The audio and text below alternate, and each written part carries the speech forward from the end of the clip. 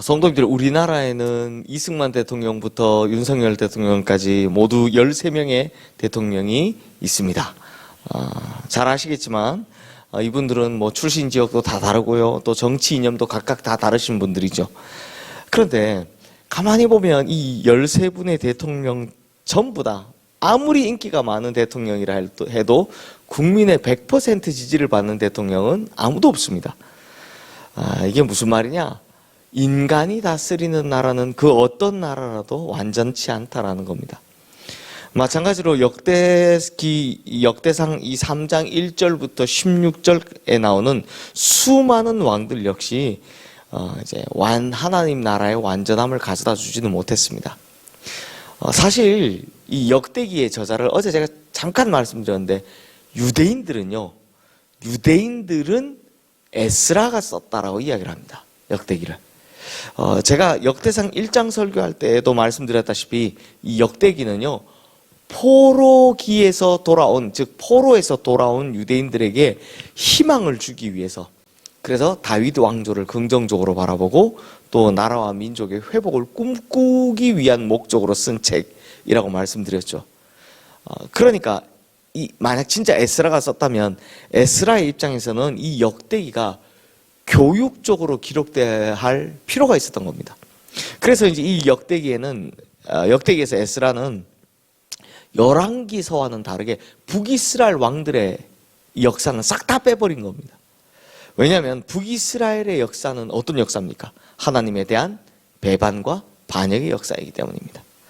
그래서 역대상 3장에 나오는 이 족보를 보면 다윗과 솔로몬을 지나서 이제 그의 후손들인 남유다의 역대 왕들의 이름이 쫙 기록되어 있는 것을 볼 수 있습니다. 근데 성도님들, 그렇다고 그러면 다윗의 혈통인 남유다의 왕들은 괜찮았습니까? 열왕기 설교할 때도 말씀드렸지만 남유다에는 모두 20명의 왕이 있었는데요, 그 중에서 선한 왕이라고 불렸던 왕은 8명 뿐이고요, 그 중에서도 끝까지 좋았던 왕은 여호사밧, 히스기야, 요시야, 이 3사람 뿐입니다. 그 무슨 말입니까? 아무리 뛰어난 왕이 온다 할지라도 완전할 수 없더라라는 겁니다. 결국 역대상 3장에 나오는 이 다윗 왕가의 족보를 통해서 에스라가 깨닫게 하는 것이 무엇이냐?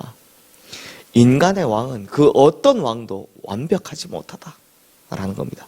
그러면 반대급부로 무엇이 부상이 됩니까? 인간의 다스리는 나라는 완전하지 못하다라고 하면 반대급부로 하나님의 나라는 완전하다가 올라오는 겁니다. 자연스럽게 생각되게 되는 겁니다.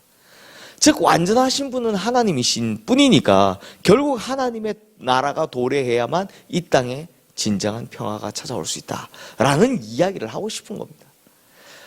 하나님께서 다스리시는 하나님의 나라가 이 땅에 도래해야만 우리는 완전한 만족을 누릴 수 있다라는 이야기를 이 족보를 통해 은연중에 비추고 있는 겁니다. 그러니까 완벽하지 못한 인간의 왕들이 쭉 나오면서 결국 누가 점점 올라간다? 하나님이 점점 올라가게 돼 있다라는 겁니다. 그런데요, 오늘의 이 족보가 우리에게 주는 한 가지 더 주는 교훈이 있습니다. 참 재밌는 걸 보면 오늘 우리가 읽었던 부분인데요, 이름도 되게 특이하죠.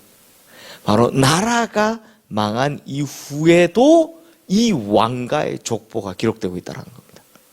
17절 말씀 보시면 사로잡혀간 여고냐의 아들들은 그의 아들 스알디엘과 이렇게 시작합니다. 여기서 사로잡혀갔다라는 말은 남유다가 바빌론에게 멸망당했다라는 말이죠. 그래서 포로로 끌려갔다라는 말입니다. 근데 성도님들, 원래 역사라는 건 나라가 망하고 나면 그 다음 이후가 왕가가 기록이 됩니까? 안 되죠. 나라가 망한 이후에 왕족들, 왕의 후손들, 그게 무슨 소용이 있습니까?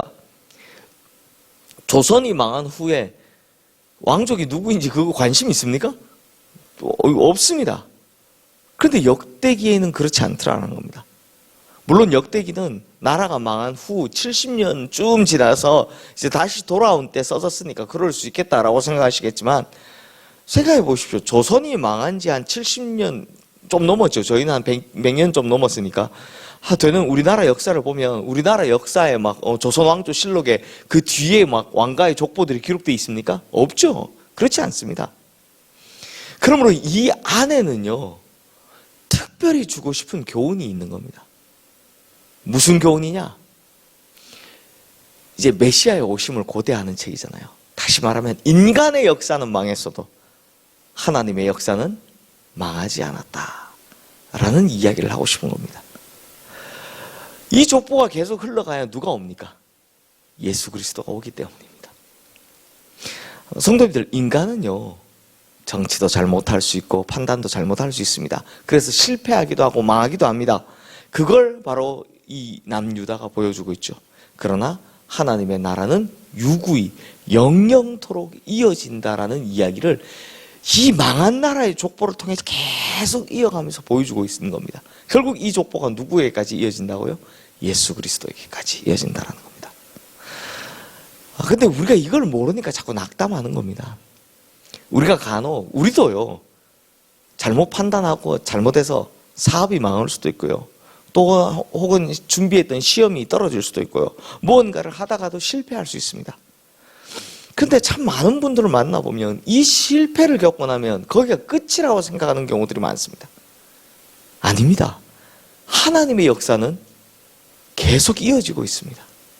하나님의 나라는 영원히 진행되고 있습니다.